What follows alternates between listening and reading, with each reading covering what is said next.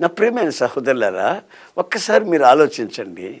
నీ దౌర్భాగ్య పరిస్థితిలో, కన్నీళ్ల మధ్యలో కృంగిపోతున్నప్పుడు, ఎటు తోచని పరిస్థితి వచ్చినప్పుడు, ఏం చేయాలో అర్థం కాని స్థితి వచ్చినప్పుడు, చీకటి తెరలు నిన్ను అలుముకున్నప్పుడు, ఆయన నీ ప్రక్కనే ఉన్న సంగతి నీవు గుర్తించాలి. ఆయన అడుగుతున్నాడు. ఏమడుగుతున్నాడు తెలుసా? మరియా, నీవు ఎందుకు ఏడుస్తున్నావు? నేను ఎటో వెళ్ళిపోయానే? కాదు, నేను ఇక్కడే ఉన్నా. ఏమిటి వెతుకుతున్నారేమిటి? శవాన్ని వెతకడం ఏంటమ్మా?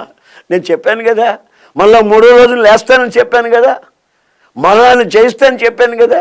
నేను లేచాను, రబ్బుని అని దగ్గరికి వెళ్ళటం జరిగింది.